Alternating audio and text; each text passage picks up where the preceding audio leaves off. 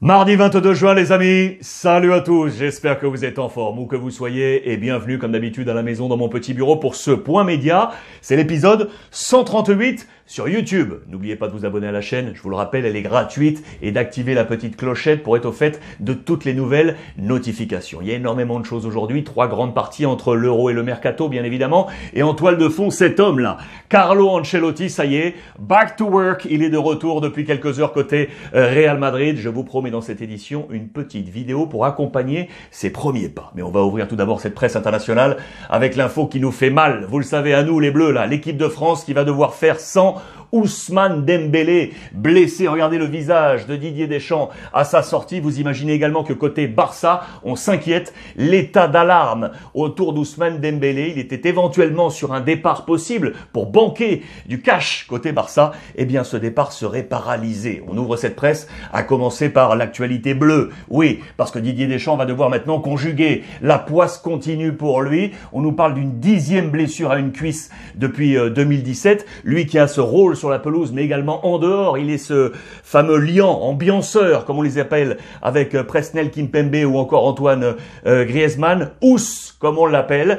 Et du coup, Didier Deschamps va devoir trouver les solutions. Alors, il y a 5 hommes pour cette place avec Kingsley Coman, avec Olivier Giroud ou encore Thomas Lemar, Ben Yedder ou Thuram, avec un destin à forcer pour ces hommes. 5 pour ce poste d'Ousmane Dembélé, affaire à suivre. Quels seront les plans de Didier Deschamps? C'est une sacrée mauvaise nouvelle, ça pour lui. Regardez du côté catalan, aussi l'inquiétude totale, blessure et 100 € pour lui. Appui total de ses compatriotes et coéquipiers en club, comme je vous l'ai dit, Antoine Griezmann. Regardez cette photo ici avec Lionel Messi, le Mosquito, comme on l'appelle en Espagne. Si on parlait de ses blessures à la cuisse, on a fait le total des blessures depuis qu'il est au Barça. C'est sa 12e blessure depuis qu'il est du côté du club catalan. C'est une inquiétude également pour Ronald Koeman. Je vous l'ai dit parce qu'il pouvait éventuellement le compter dans ses plans pour la saison prochaine. C'était une possibilité avec une prolongation de contrat offerte, mais également de banquer, recevoir du cash pour envisager une nouvelle stratégie sportive. Tout ça va donc être paralysé pour Ousmane Dembélé et on le met en parallèle d'ailleurs avec Coutinho, lui aussi blessé. 2 cas assez similaires côté FC Barcelone. C'est une grosse inquiétude ça côté Barça et notamment pour Ronald Koeman. La bonne nouvelle, heureusement, parce qu'il y en a, c'est que les Bleus sont qualifiés les amis. Les Bleus sont qualifiés sans même avoir joué contre le Portugal parce que les résultats d'hier font que, avec le capital point des Bleus, l'équipe de France se situe parmi les meilleurs 3e et donc d'ores et déjà qualifiés. Du coup, on va s'interroger avec cette qualification pour Didier Deschamps. Allons-nous faire tourner pour les Bleus? Mais il y a semble-t-il un objectif. C'est terminer premier de ce groupe. Objectif affiché par les Bleus, pas de calcul pour ne pas être du côté vraisemblablement des lourds comme l'Italie et la Belgique. On avait parlé de Biscotto, vous le savez, du côté de l'Italie pour ses calculs. Mancini avait dit pas de calcul. Roberto Martinez avec les Belges a dit pas de calcul. Vous allez le voir dans un instant. Didier Deschamps dit pas de calcul. On va aller jouer la première place pour Didier Deschamps avec des interrogations, changements, vous le savez, au sortir du 2e match où il y avait quelques doutes, incertitudes et notamment sur le poste de latéral droit avec Benjamin Pavard. Visiblement confiance sur le secteur de l'attaque, sur le triptyque entre Mbappé, Benzema et Antoine Griezmann, mais derrière, il pourrait y avoir des changements. On nous annonce Pavard sur le banc et donc l'heure de Jules Koundé. Vous le savez, le petit Sévillan qui fait un carton. Regardez la presse en Espagne également. Koundé qui demande une place, qui demande du temps de jeu. Voilà qui devrait être opéré pour lui dans cette 3e rencontre face au Portugal. Interrogation également sur cette défense avec Raphaël Varane. Vous le voyez, sur cette défense centrale qui a été très solide. Hein. Non pas interrogation sur l'équipe de France, mais interrogation pour son futur, vous le savez, côté Real Madrid. Très bon papier dans les colonnes de l'équipe entre Cristiano et Varane, les 2 anciens qui se connaissaient au Real Madrid, avec un homme en commun au milieu des deux, un homme qui les a formés, c'est monsieur Laszlo Bologna, vous le savez, 68 ans aujourd'hui, qui était entraîneur du Sporting lorsque le jeune Cristiano était là, et qui était entraîneur du Racing Club de Lens lorsque Raphaël Varane était là. L'avenir de Varane, que sera-t-il? On l'avait annoncé dans les colonnes de Marca et dans le MAG tous les soirs en direct à 23 h, notamment avec Pablo Polo. Carlo. On parle d'un effet domino. Pourquoi? Parce que Varane pourrait sortir du Real Madrid. Vous le savez, il est en fin de contrat. Une proposition lui a été faite pour l'instant. Ça a été freiné de la part de Raphaël Varane. Du coup, le club pourrait envisager de le voir partir à 1 an du terme, de son contrat pour banquer là également autour de lui. Effet domino parce que éventuellement ramener de la jeunesse de l'équipe B ou aller chercher un nouveau défenseur central du côté de Real Madrid pour faire le compte pour Carlo Ancelotti. Je vous rappelle, petite vidéo à suivre sur l'ami Carlo Ancelotti. Nouvelle encore côté portugais puisque ce sera l'adversaire de l'équipe de France. Avec, vous le savez, regardez, puisqu'on parlait éventuellement du Paris Saint-Germain pour Raphaël Varane. Lui, il y est, c'est l'ami Danilo Pereira. Dans les colonnes du Parisien aujourd'hui en France et de l'équipe, Danilo, pas plus convaincant en sélection qu'avec le Paris Saint-Germain. Il va attendre ce match face aux Bleus pour se montrer solide, costaud et montrer qu'il est bien dans le coup, à la fois avec la sélection et avec Paris. Il y a peut-être éventuellement là aussi des changements côté portugais et notamment, regardez, Renato Sanchez, le Lillois que vous connaissez, qui a fait 2 très bonnes entrées en jeu pour l'instant, qui n'a pas été titulaire. Vraisemblablement, il pourrait être titulaire face à l'équipe de France pour ce 3e match. C'est intéressant parce qu'il y a un autre homme qui pourrait être titulaire. Je vous donne ça, c'est quelques infos qui nous ont été livrées hier par notre ami Joao Araujo, le grand patron de la rédaction de O Jogo, qui nous a dit vraisemblablement Joao Moutinho, l'ancien de l'AS Monaco, pourrait être titulaire. Pour l'instant, aucune titre, 27 minutes seulement en 2 matchs, mais Bruno Fernandes qui joue à ce poste a été moyen. Du coup, l'ami Joao Moutinho pourrait être titulaire. C'est une petite info que je vous livre comme ça. Les Allemands, toujours dans le même groupe, pour vous montrer plusieurs choses en Allemagne. Attention parce que Dembélé blessé, Müller blessé également du côté de l'Allemagne, moins grave, normalement juste pour ce match. Vous allez voir les options. Je vous montre juste ça également, très intéressant dans les colonnes de Bild. Le focus sur Gosens, bien évidemment, la révélation de ce début de l'Euro côté allemand. Mais également ça, juste pour vous montrer qu'on est content du côté de l'Allemagne parce que vous le savez, la finale de cet Euro doit se jouer normalement du côté de Wembley. Mais attention, en Italie, on est en train d'agiter politiquement le drapeau rouge à l'intention de l'UEFA parce que les signes Covid repartent dans le dur du côté de l'Angleterre. Et en Italie, on dit, attendez les amis, on va pas aller jouer cette finale en Angleterre alors que les risques Covid semblent être en train de revenir. Du coup, nous, Italiens, on vous propose Rome. Les Allemands, que disent-ils? Pas de problème, que ce soit à Wembley comme en 96 ou à Rome qu'en 1980 ou 1990, l'Allemagne a souvent levé des trophées sur ces terres conquises. Du coup, on est satisfait. Pourquoi pas revenir du côté de Rome? Justement, regardez, en parlant de ça, c'est justement le président du Conseil italien, l'ami Draghi, qui a envoyé ce signal sur Twitter avec le FR Serie A, également à la une du Corriere dello Sport. On veut la finale à Rome. Vous l'aurez compris, page intérieure de la Gazzetta dello Sport. Le contre-pied de Draghi qui dit plus de Wembley, venez à Rome jouer cette finale. Ça ne plaît pas du tout à l'UEFA.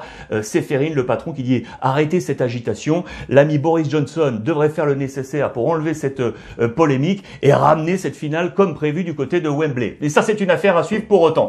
Je vous ai montré l'affaire de Thomas Müller et du coup, voilà comment Joachim Löw pourrait réorienter pour ce 3e match la formation allemande avec 2 hommes dans ce 11 qui varie en fonction de la tactique. Vous le voyez ici avec une défense à 4, 4-3-3 ici ou ici avec cette défense avec les 3 centraux. L'homme qui varie, c'est Gundogan ici qui entrerait en jeu ou Sané. Vous le voyez ici, plus de Thomas Müller. Voici les 2 plans du côté de l'Allemagne. Je vous rappelle l'information principale là, les dernières heures, c'est bien évidemment la liste déjà des qualifiés. Ils sont là, je vous l'ai annoncé avec l'équipe de France avant même ce match. Les Belges sont là également et l'Italie, ils sont tous déjà qualifiés. Voici les tableaux. Il reste quelques matchs encore. Les derniers tickets vont se jouer. On va se régaler. Voilà pour cette première partie. On va ouvrir le 2e chapitre. 2e chapitre avec l'Italie, la Belgique, avec la Belgique et l'Angleterre. La Belgique a fait le carton plein à 3 fois victoire avec Lukaku et De Bruyne face à la Finlande 2-0. Ça a été un match de coups. Il a joué au chat et à la souris avec nous quant à connaître le 11 de départ. En tout cas, c'est une belle réussite. Carton plein pour lui. Et regardez la force tranquille de Lukaku qui a vécu une soirée assez particulière. Vous allez le voir, notamment avec cette petite image, on va y revenir. Le tournoi va enfin commencer. Ça y est, fini la phase de poule. On aime ça en Belgique là. Allez jouer maintenant ces éliminations directes. Eux qui ont réussi un gros pari lors de la dernière Coupe du Monde avec cette demi-finale. Ils veulent aller plus loin. Ce 11 de départ, comme annoncé, je vous l'ai grossi ici parce qu'il y avait énormément de surprises. Mancini, côté italien, a largement fait tourner son groupe. De même, pour l'ami Roberto Martinez, avec cette défense Vermaelen, Boyata, Denayer, De Bruyne, Witsel, Trossard, qui était l'une des grosses surprises ici à droite, Chadli également côté gauche, Hazard, Lukaku, et l'autre surprise, c'est le petit Doku qui était ici. Regardez les notes avec un très bon 8 sur 10 pour De Bruyne, on va y revenir, et quand je vous parlais de Doku, il a pris un 7 le Rennais, ça c'est bien pour lui. Du coup, focus dans la presse belge sur le petit gars. Je me suis bien amusé. Vous le voyez ce que nous dit l'ami Doku. Il s'inscrit dans la ligne de Chifo. Il aurait pu devenir le plus jeune joueur sous le maillot belge. Eh bien non, c'est toujours Enzo Chifo qui garde ce record. 18 ans, 3 mois et 22 jours. C'était en 1984 pour Enzo Chifo. Doku, bravo, mais il n'est pas encore le plus jeune. Eden se sent fort et heureux. C'est Roberto Martinez qui, en conférence de presse, a bien entendu loué les qualités d'Eden Hazard, qui est en train, les amis, de remonter petit à petit dans ce schéma. Lui, c'est sûr, il est remonté. C'est l'ami Kevin De Bruyne qui semble avoir oublié cette blessure de finale de la Ligue des Champions à l'orbite. Vous le savez, fracture, opération, et il est bien là de retour. Je joue encore comme lorsque j'avais 18 ans. Il est en pleine forme. Élu d'ailleurs MVP de ce match. Le seul bémol côté belge, vous le savez, c'est ce but qui a été annulé à Lukaku. Très sincèrement, d'après moi, c'est un petit peu n'importe quoi là. Regardez ces différentes lignes. C'est vraiment le petit bout de la chaussure là qu'on pourrait estimer en position de hors-jeu. Très sincèrement, c'était à la 65e minute. Heureusement que ça n'a pas eu d'incidence in fine sur le résultat final, mais là, cette histoire de VAR, pour moi, ça ne marche pas trop. Enfin bon, bref, on va filer maintenant avec l'Angleterre et une grosse affaire. Regardez, parce que ce n'est pas la presse sportive, vous le voyez, The Times ici ou encore le Daily Telegraph, et cette photo du match qui s'était déroulé entre l'Angleterre et l'Écosse. Les copains de Chelsea qui à la fin du match se sont serrés. Regardez-les, je voulais vous les montrer avec Mason Mount qui est ici ou encore l'Écossais Billy Gilmore. Il y a un troisième joueur dans cette bande qui va se serrer, c'est Ben Chilwell. Pourquoi se sont-ils serrés? Les trois jouaient à Chelsea et au terme du match, ils se sont dit, bon les gars, on va se retrouver bientôt, blablabla, blablabla. Ils se sont mis ensemble et ils se sont donc touchés. Sauf que, problème, l'Écossais, test positif Covid. Test positif Covid. Regardez, maintenant c'est à la une de toute la presse sportive, vous l'aurez compris. Et comme lui est positif test Covid, eux là, cas contact et donc écarté du groupe. Absent pour le prochain match. Attention, Chilwell et Mount, donc absents pour l'ami Gareth Southgate. C'est complètement fou. Ils sont là, les trois hommes, cas contact et donc out pour ces trois faces pour le prochain match de l'équipe anglaise. Regardez dans les colonnes de l'équipe, justement, on fait le focus sur ce match face à la République tchèque. C'est un match capital parce que les Anglais, oui, sont qualifiés, ok, mais ils veulent cette première place. C'est la volonté de la part de Gareth Southgate pour également faire voir s'éloigner, les critiques dont il a été sujet lors des deux premières rencontres. Ces deux absents sont un véritable casse-tête pour lui, mais pour autant, vraisemblablement, on pourrait trouver les combinaisons. Regardez ces combinaisons, c'est probable, hein, probable. Avec Pickford dans les buts, Maguire, Stones, Walker, Shaw, Rice, Phillips, Grealish ici, Foden, Sterling et Harry Kane, le capitaine. Regardez les cotes là les copains, avec NetBet, il y a peut-être un coup à jouer si vous avez envie, avec une position de 8 pour les Tchèques, le match nul est à 3,75 et moi j'irai sur l'Angleterre, on est à 1,53 pour la victoire des Anglais. Au passage, regardez, Croatie-Écosse, c'est l'autre match dans ce groupe, 2,30, 3,65, 3,15. N'oubliez pas, vous pouvez venir à tout moment avec les copains de NetBet, la plateforme bouge à tout moment. Venez si vous n'avez encore jamais parié sur NetBet, avec le compte, le mot de passe Ruiz Club en toutes lettres, tout attaché, vous venez avec ce mot de passe, 160 € offerts pour votre premier pari. Il faut être majeur. Je vous le rappelle les amis, il faut être majeur. En marge, je voulais vous montrer ça également parce qu'on est sur ce marché des transferts et il y a des interrogations sur Harry Kane. Vous le savez, il veut sortir de Tottenham, l'ami Harry Kane, et Manchester City a fait une offre à 100 millions de livres, 117 millions d'euros les amis, 117 millions d'euros et vraisemblablement pour l'instant, Tottenham dit non. Regardez la presse mancunienne. Justement, sur ce cas de figure ici, je vous ai ouvert les pages intérieures et on nous dit tout simplement que Manchester City ne veut pas risquer de voir de nouveau un cas Alexis Sanchez.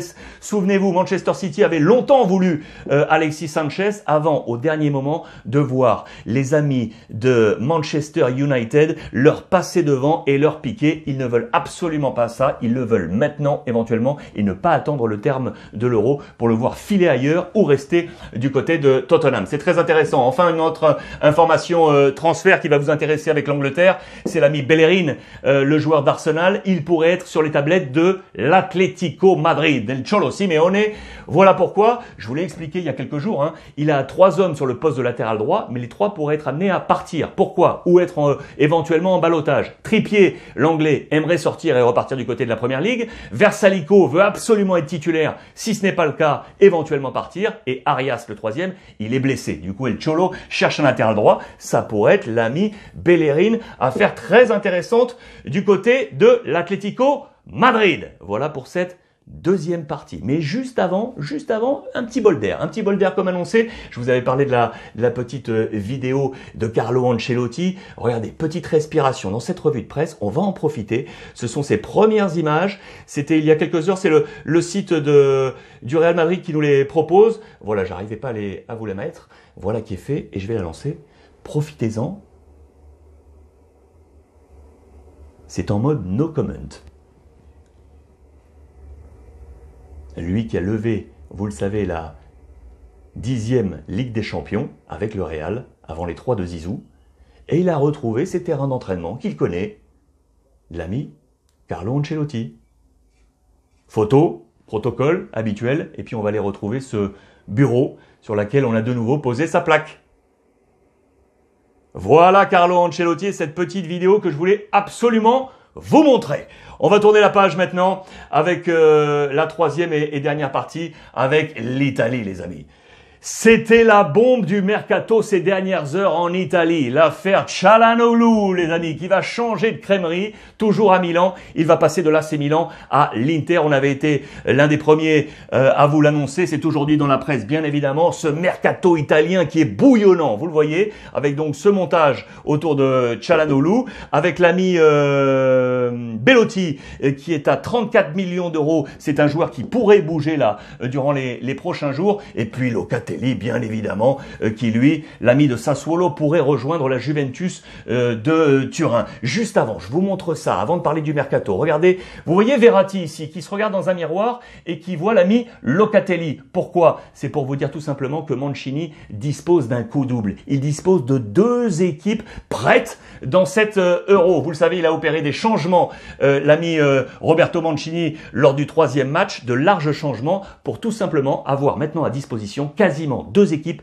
compétitives pour jouer la phase maintenant à élimination directe du côté de l'Euro. Regardez ça, ce sont les photos de la double équipe, voilà, lors des différents matchs. Et puis on nous met là les différents postes qui sont vraiment doubles, où il y a des ballottages, comme par exemple ici avec Acerbi et Bastoni, Di Lorenzo et Toloi, Barella et Pessina, Verratti, Locatelli, justement, Berardi, Chiesa ou encore Ciro Immobile avec Belotti. Les choix de Mancini vont être tendus, ça c'est sûr, pour le prochain match et ses 8e de finale. En tout cas, Mancini veut du beau, il veut donner de l'allégresse aux Italiens. Vous avez vu encore ce geste technique là, la petite aile de pigeon pour rattraper ce ballon en plein match. C'est au souvenir de la beauté du jeu qu'il pouvait proposer également lorsqu'il était joueur. Il faut savoir, c'est une petite anecdote d'ailleurs, c'est ici là, je vous l'ai grossi. Il faut savoir qu'à date, maintenant, il a remporté autant de trophées comme joueur que comme coach. Regardez, 13 trophées comme joueur, 13 trophées comme coach, avec notamment les 2 titres de champion comme joueur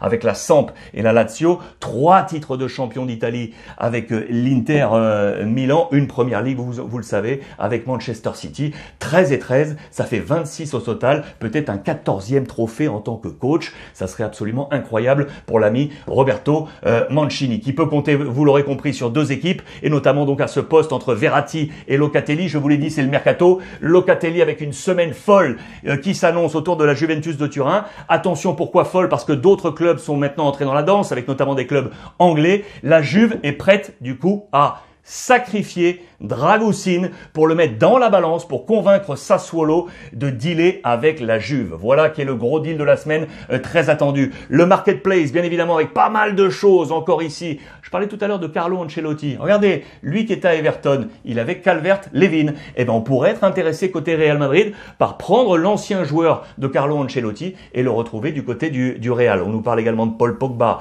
entre le Real et le Paris Saint-Germain. C'est le marketplace italien, Italien, très agité encore durant les prochaines heures. D'ailleurs, regardez du côté de l'AC Milan, 3 nouveaux là, 3 nouveaux, enfin nouveaux, oui et non. Caissier, vous le savez, parce qu'on est dans cette prolongation de contrat et on veut absolument le garder du côté de l'AC Milan. Les deux hommes qui semblent être choisis par Pioli aujourd'hui également, c'est eux là, Ziyech de Chelsea et Ceballos d'Arsenal qui appartient toujours au Real Madrid. Voici les 3 visages qui pourraient être 3 visages de l'ossature de l'ami Pioli pour la prochaine saison. Le staff avec Gazi du staff médical du Paris Saint-Germain, ça va être officiel dans les prochaines heures. Info transfert rapidement de côté napolitain pour vous montrer qu'on est prêt à débourser 12 millions d'euros pour Nuno Tavares de Benfica, au poste où on cherche également à peut-être rapatrier Emerson de Chelsea, soit Emerson, soit Nuno Tavares. Il y a également un 3e larron qui plaît du côté de Naples, c'est l'ami Ben Davies, vous le savez, 28 ans, Tottenham, 3 hommes pour un poste à faire, à suivre du côté de Naples. Enfin la bombe, comme annoncé, la bombe elle est donc là, la bombe c'est Çalhanoğlu qui quitte l'AC Milan pour rejoindre l'Inter Milan, c'est absolument incroyable, lui qui a vécu un euro désastreux avec la Turquie éliminée, in fine sa fin d'euro s'est bien passée, entre coups de fil passés, il va donc rester à Milan, voilà, on fait pas les valises, on reste à Milan, il avait éventuellement, vous le savez, eu l'intention de partir côté Qatar, une offre qui ne l'avait pas convaincu, Milan s'était interrogé sur le garder oui ou non, eh bien c'est l'ami Beppe Marotta, directeur sportif de l'Inter, qui l'emporte, et notamment pour aller prendre la place éventuelle, vous le savez, du malheureux Eriksen, qui pourrait mettre un terme à sa carrière. Voilà qui est fait, il touchait 2,5 millions du côté de l'AC Milan, ce sera 4,5 pour la première année et 5 millions pour les 2 autres années, 5 millions par an bien entendu, un contrat de 3 ans attendu pour l'ami Çalhanoğlu du côté de l'Inter. Je vous ai grossi d'ailleurs, regardez le schéma possible pour terminer, pour que vous compreniez un peu quelle sera l'orchestration de cet Inter la saison prochaine. Il est là, l'ami Çalhanoğlu, aux côtés de Perisic, Brozo, Barella, Darmian, Lukaku, Lautaro, De Vrij, Skriniar, Bastoni, Handanovic. J'adore ces histoires, j'ai en tête encore Ibra, Pirlo, Ronaldo, ces changements de crèmerie dans la même ville. C'est toujours magnifique, ces petites histoires qui font la grande histoire du football. Voilà les amis pour ce point média en ce mardi. Merci une nouvelle fois de votre fidélité. On échange via le hashtag RuizClub et notamment sur Twitter. Abonnez-vous à la chaîne YouTube. On se retrouve ce soir 23 h pour le mag en direct sur YouTube. Et en attendant, passez une bonne journée et profitez des vôtres.